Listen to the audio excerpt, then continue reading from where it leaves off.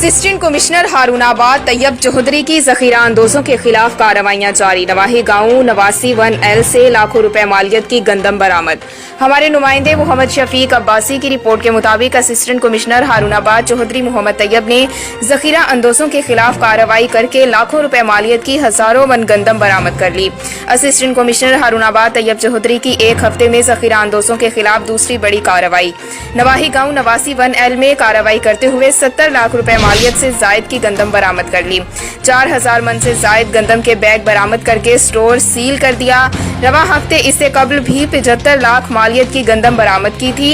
Assistant commissioner का कहना है कि जखीरा अंदोजों के खिलाफ बिला तफरीक कार्रवाइयां जारी रहेंगी। किसी भी फर्म या फर्द वाहिद को गंदम जखीरा करने की इजाजत हरगिज नहीं दी जा सकती।